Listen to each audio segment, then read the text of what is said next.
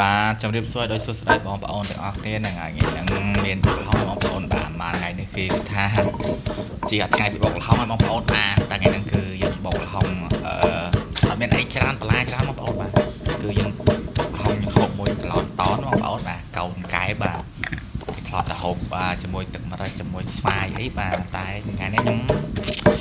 សុខប្លែកតិចបងប្អូនបាទដាក់មួយបុកល្ហុងបងប្អូនហើយកន្លងតនអត់មកពីណាទេបាទគឺទិញគេណែបងប្អូនបាទទិញគេដល់ឃើញម្ដងទៀតសល់ល្ហុងបាទសល់ល្ហុងឃើញមើលសាក់មួយបុកល្ហុងម្ដងហើយបន្លែហ្នឹងក៏អត់មានអីច្រើនបងប្អូនបាទមានស្អប់គៀនផ្ទះហ្នឹងបងប្អូនស្អប់យើងយកវាមកស្រោះវិញអ្នកខ្លះខ្ញុំឃើញគេហូបឆាយបងប្អូនស្អប់ណាតែខ្ញុំអត់សូវចូលចិត្តខ្ញុំអត់សូវប៉ិនអញ្ចឹងខ្ញុំយកវាទៅស្រោះតែចាំមកទៀតបងប្អូនបាទមកសាករសជាតិបាទបុកល្ហុងស្អំបាទជាមួយកឡនតនមកយើងសិនឥឡូវយើងមកចម្អិនសិនបាទឥឡូវនេះគឺចាក់ទឹកប្រហុកទៅជ្រុលបងប្អូនទឹកប្រហុកបើប្រហុកធ្វើខ្លួនឯងបងប្អូនបាទហើយស្ដែកដេញដាក់ឲ្យច្រាតចឹងមកឲ្យខ្ទិះចឹងមកបងប្អូនអើយហើយដាក់ជូរចឹងមកណែអ្នកចូលចិត្តហិលដាក់ឲ្យហិលមកហើយអូយថាជីកតែម្ដងបងប្អូនបាទមើលតែស្ដែកដីទឹកដឹងមកទឹកខាប់មកហើយភ្លក់មកថាជាតិអីយើងចាប់ផ្ដើមដាក់ល្ហុងយើងចូលមកបងប្អូនបាទណា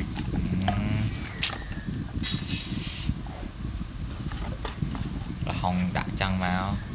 ហើយដូចខ្ញុំនិយាយចឹងបងប្អូនបាទអត់មានបន្លែអីទេបងប្អូនបាទគឺមានតែល្ហុងលតេណែបាទហើយយើងបុកហូបជាមួយកន្លងតតអីចឹងទៅហើយមានបន្លែតបក្រៅកាស្អមអីចឹងទៅបងប្អូនបាទ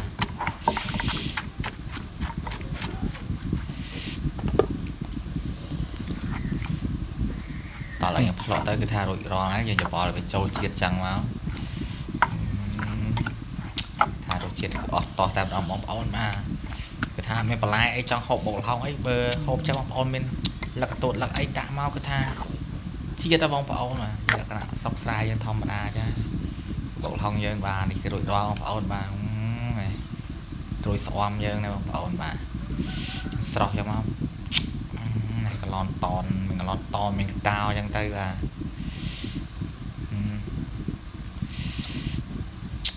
ដាក់ខ្ទប់កន្លងតនចឹងមកបាទណែបងប្អូនធ្លាប់ហូបជាមួយជ្រក់ស្វាយជ្រក់អីឥឡូវមកដាក់មួយល្ហុងបុកម្ដងមកតមកទៅដឹងបងប្អូនបាទហើយកតោយើងបាទថាប៉ុន្តែមិញខ្ញុំត្រទិញកតោបងប្អូនបាទមានកតោតែឃើញកន្លងតនតនទិញកន្លងតនមកបាទហូបមួយបុកល្ហុងអីហ្នឹងក៏វាទៅណោមួយយ៉ាងដែរថាឡើយមកស្រក់ទឹកមាត់មកខ្ញុំបងប្អូនណា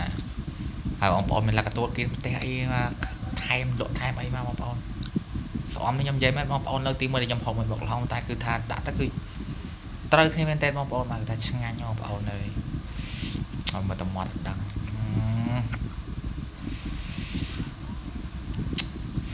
ជាតិណា